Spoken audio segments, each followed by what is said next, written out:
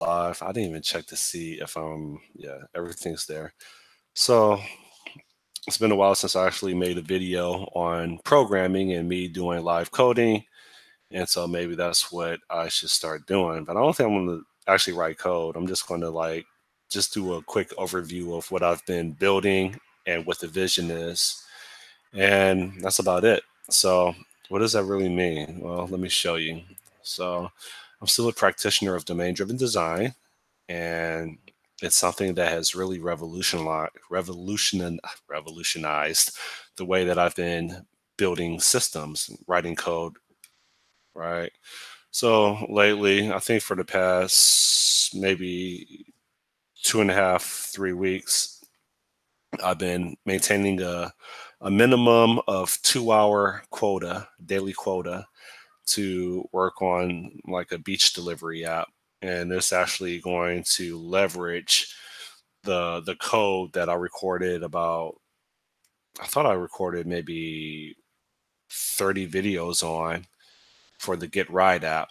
Hence, the Get Ride app was the long running code kata that I did every day, in which I was building like a Uber like application, right? And that's on my GitHub account. And there's YouTube videos on that. There may be a couple blog posts that I wrote on bizmonger.wordpress.com. But now I've been saying, hey, I want to work on an app for delivering stuff. So maybe this is analogous to Instacart, you know? So what does that mean? Well, you have products like orange juice, and this is your shopping cart down here. And I say that I want some Tostitos too, but then I want some Chips Ahoy, and you know what? I also want some Oreos. I want some Oreos too. So I click on the cookies filter, and I say, give me some Oreos. And maybe I want to go back to my drinks, and maybe I want some Coca-Cola, and yeah, maybe I want that. Okay. So that's pretty much it. I click on my shopping cart, and then I could say, you know what, that Coca-Cola really isn't good for me. Yeah, I can do without that Coca-Cola. Okay. And my shopping cart gets dynamically updated. And yeah, that's what I've been doing. And this has been done in, well, Xamarin Forms using F sharp for all my business logic and C sharp for my imperative shell, aka my XAML.cs files and my value converter files. All right, that's the C sharp part. So it's essentially an imperative shell with a functional core. Right, and then there's this confirmation. Eventually, when I hit this confirmation button, it's going to wire up um, a separate domain for order requests, in which it's going to involve GPS and map services. And it's going to show, the person that's going to be handling that order and is tracking them going to the store or going to a restaurant. And it's going to continuously feed status updates to the customer of, well, what they're at and when they're coming and the estimated time of arrival, etc., etc., etc. That's pretty much it. So, people like looking at code. And so, with that said, I have this beach delivery.customer application, right? That's this highlighted right here. And I have these domains: account, shopping cart, order request, feedback, and marketing. All these domains make up my beachdelivery.customer mobile app. Within the foundation folder, this has like my infrastructure, right? So what do I mean by like infrastructure, or what do I mean by foundation? Well, this app, even though this app is a mobile app and it has Xamarin Forms as the I/O framework for rendering information to some end user. In this case, someone on the beach that has the munchies. What really the system is primarily focused on is not necessarily the I/O aesthetics, hence rendering information to a user. This app is a user account, it's a shopping cart, it's an order request, it's feedback, and it's marketing. These are the major domains or the major components of this application. Um, and everything else, those are just aspects or details application, right? This infrastructure. Android is a detail of this application. A test API, these are details. I would say core is probably not a detail, but it's what the majority of these domains are going to have a dependency on. But it was just convenient for me to throw core inside of foundation, right? So now what? So what, Scott? Like you've been doing yet another code kata, and you went from writing a Uber like app code kata to now you're doing like an Instacart like code kata. So what? Oh, practice makes perfect, or at least close to it. So in my practice of leveraging .NET, leveraging cross-platform mobile applications, for me, functional programming is a lot better in regards to building sustainable systems and removing a lot more second guessing yourself. So meaning that using F sharp, functional code is inherently testable, meaning that you you can write the code first and then write the test after, right? And it's a lot more easier of a workflow than object oriented, where you can write any code that you want. It's definitely not likely to be functional code, but code that is basically wrapped and has hella third party dependencies in it, side effects all over it. Good luck testing that after you write that initial code. And that's what we get into a lot of trouble attempting to do, especially when you have deadlines and just inexperienced developers. So let me put this phone on vibrate. What I've been practicing is this domain driven design. And specifically, I've been playing with the idea of specification as a library. So what do I mean by specification as a library? If I, within Visual Studio Scope to this, specification as a library, in this case, we're talking about the account domain. A specification is going to essentially document the operations of a given domain and the ubiquitous language that that domain is going to harbor, okay?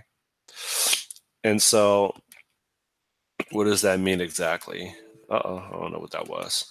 What it means is that if I go to the operations file or the operations module of this account.specification, then the module that we have, this is a little bit older because now I name all my modules operations or language if it's under a specification library, but this is a little bit older and I'm always learning and evolving my techniques. But outside of the module name that I would change, some of the operations that we have are query bank card supported, query bank cards, add bank card, remove bank card. Okay, those are the main operations. And so these operations I define as a type. And if you look at the signature of these functions or of these operations that I'm declaring, hence function signature, we see that query bank card supported takes a unit, which is analogous to like a void within Java or C#, meaning that it doesn't take a specific argument. It doesn't take anything, but it is a method or it is a function and it's not a value, right? In this case, it takes a unit and it's going to return a list of card types that are supported. Okay. Query bank cards. In this case, it's going to take an account and it's going to return a result of, if successful, validated card lists or error description if there's some type of issue. If we look at an account, if I just hover over that, we see account has an ID, holder, and billing address. I could drill into that, and you see that this account right here is ID, holder, billing address. As I look at this code, like, my style has changed just a lot or significantly just within the past 2 months. Like, I mean, I wrote this module like, I think like 2 months ago, and things are just different. But anyway, all this is about a account specification. And there's other specifications in here. Like, if you want to look at a more recent practice of mine, of me implementing a domain using specification as a library, then it's the shopping cart. Okay. So with the shopping cart, I again have like a shopping cart.specification, let alone test. And again, specification is going to consist of language and operations. And in this case, my technique has changed from like 2 months ago, where now I say, for the shopping cart.specification, for the operations component of the specification of a shopping cart, I say as a, it's a little typo here that won't let me correct. Maybe I can. It says, as a shopper, I want to have the ability to add, remove products within my shopping cart and check out. Okay. And so there's a search operation, an add operation, a remove operation. There's also a subtotal operation and a total operation. Okay. And the way that my skill set has evolved, especially from object-oriented programming, is, and this took a while, is that I no longer, one is I do type level programming first, and then I do test-driven development second. Okay. And then I start constructing user interactions third. So what that means is, as I'm doing domain-driven design, where I used to, within an object-oriented paradigm, think about all the different real-world objects within my system. Like, there will be a shopper object, and the shopper is going to have a first name, a last name, and a shopper ID. And also a shopper is going to have some behaviors, like a shopper is going to have a purchase behavior and a view orders behavior. And I used to like tightly couple, if not mangle, these nouns with behaviors. And I would find that as I would evolve the system, I would still try to use these nouns that are tightly coupled to behaviors. Or maybe I could say I would try to use data that has all these coupled behaviors attached to them. And it just began to obfuscate the code that I was writing as a code base would. I feel uncomfortable saying as a code base would evolve, because the code base wouldn't really evolve. It would just grow in complexity. I think evolve has a more denotation, for lack of a better term, of progressing, right? Where when I would build object-oriented systems, these systems weren't necessarily progressing. They would acquire more functionality, but it would feel slower and more lethargic to continue building and scaling the functionality or the overall system. And in functional programming, things are just very, or should I say, a lot cleaner than an object oriented, where I have distinct operations and I have distinct data, and that's it. And then I can, within my test API or within my data gateway, wire those things up, but they're still independent of each other. But I'm just stacking them like Legos, feeding data into operations, right? And I just keep piping that into pipelines of functionality. And that's probably a good title for a book or a conference talk, is pipelines of functionality. But that's essentially what it is, you know? So anyway, I could talk forever on this because I'm very passionate about the subject area. So make a long story short, I went from trying to think of all the nouns of a system to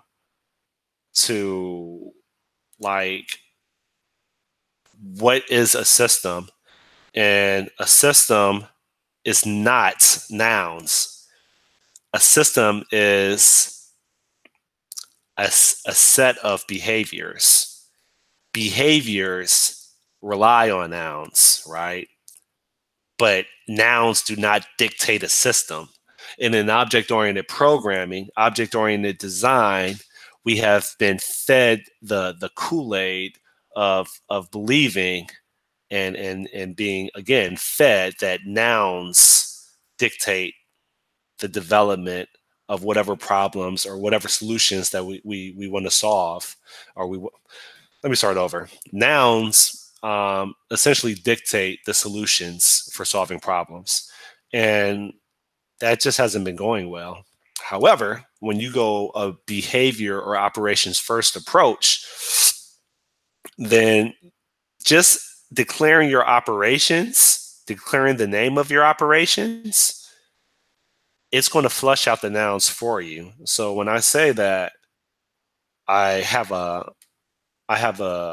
add operation for a shopping cart, well, what does that really mean? What's an add? What does it mean to add something to a shopping cart? Well, you need to add, some item, right? Well, what's an item, right? Well, an item is something that probably has a name, something that probably has a price, okay? And it may have a description or whatever, right? But that's the minimal of what you need if you want to add something to a shopping cart, all right? Well, if you add something to a shopping cart, then what do you get back, right? Well, you get back a shopping cart. Well, do you get back a empty shopping cart? No, if you add an item to a shopping cart, you get back a non-empty shopping cart. Oh, okay. Well, can you add an item to a non-empty shopping cart that gives you a non-empty shopping cart? Yeah, why couldn't you? Okay, well, can you add an item to an empty shopping cart that will give you a non-empty shopping cart? Yeah, why couldn't you? Okay, so I have two different states of a shopping cart, but if I add an item to a shopping cart, it is impossible to have an empty shopping cart if I add an item to a non-empty shopping cart.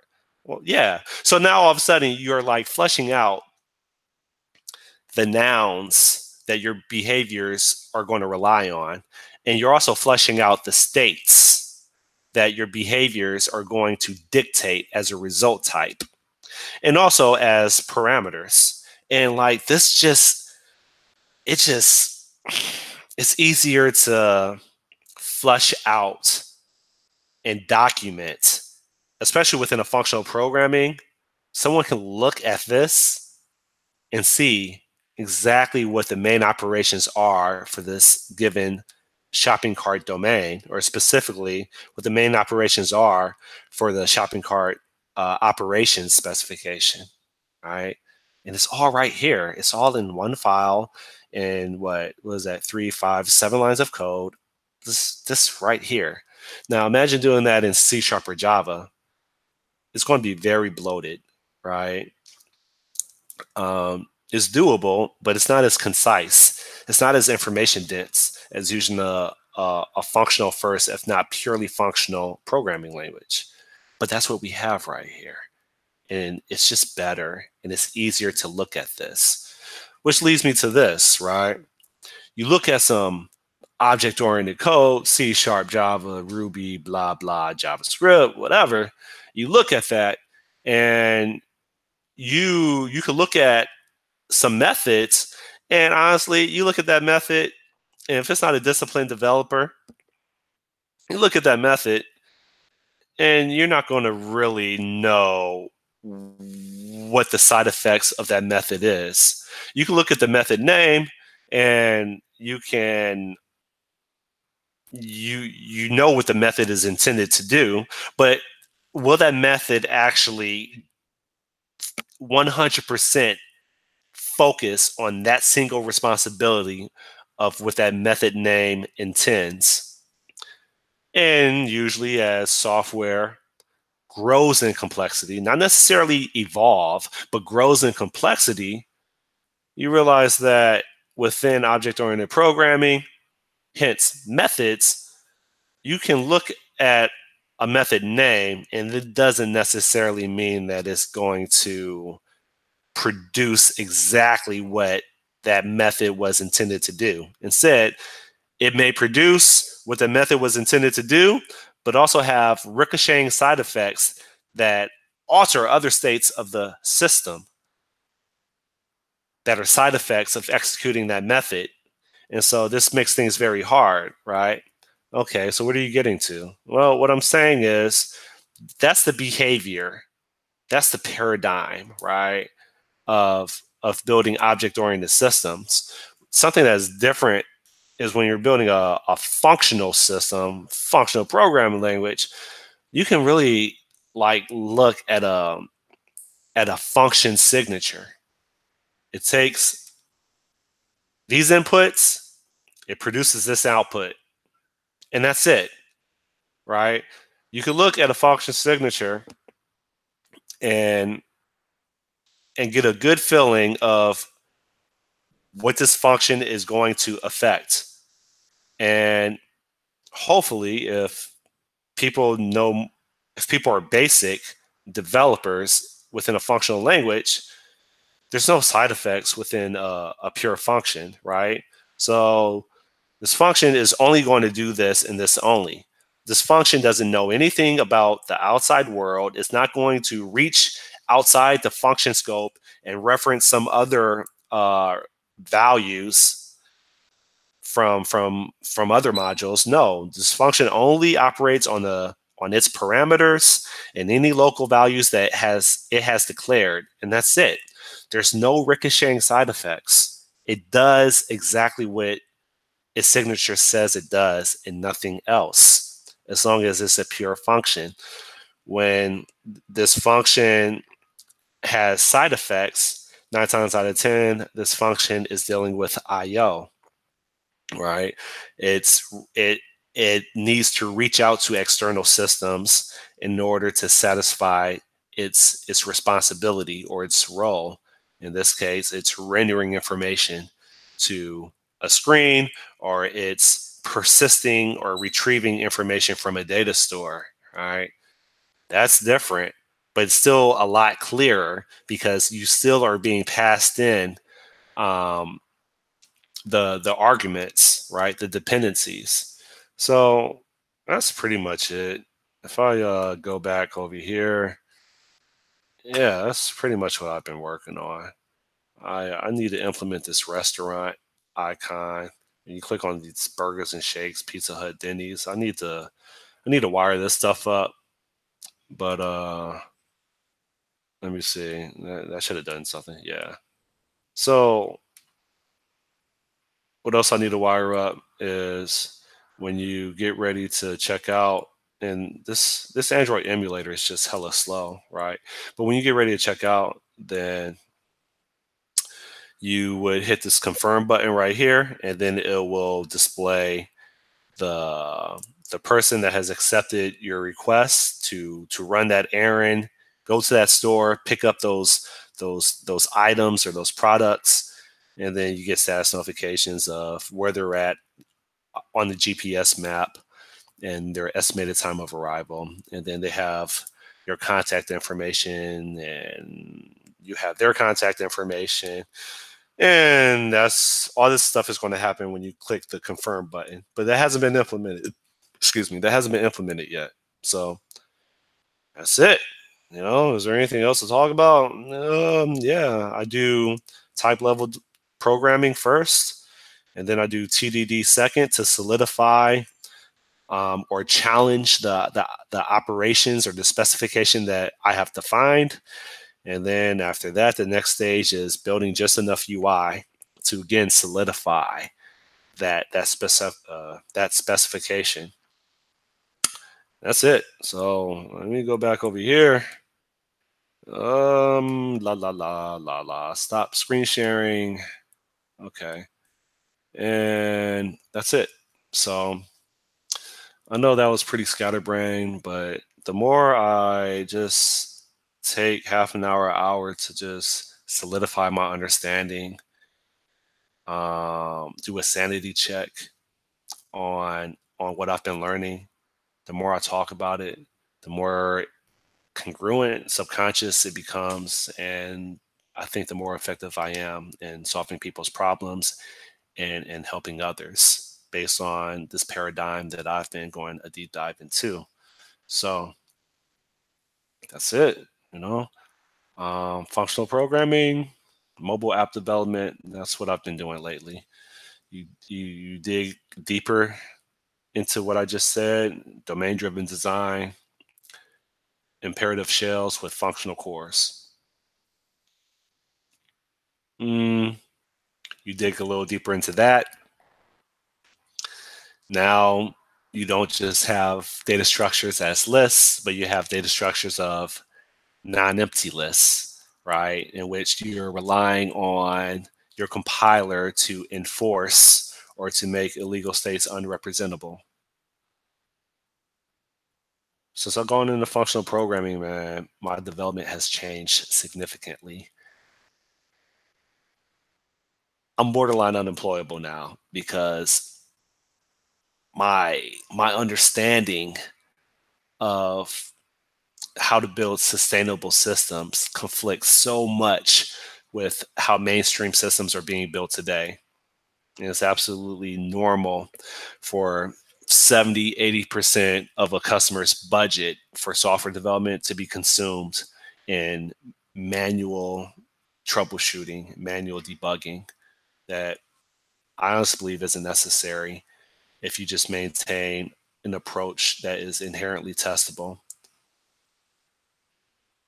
Functional programming. That's it. Adios. I'm Scott Nimrod. I'm available for hire, and I'm out here in Miami, but that doesn't mean I can't work remote. And I think I'm developing myself to a certain level where maybe I should really start taking conference speaking seriously and write some serious conference talk. Because I think I arrived. I really have. And if it wasn't for Scott Flashen, Mark Seaman, I'm a big fan of John DeGoes. I don't know how to say his name, but he's in the Scala community. These people have helped me out tremendously. And I highly recommend if anybody's thinking about functional programming to really reference all the content that these people have provided, because I think it will give you a head start. That's it. I talked enough. Adios. Bye.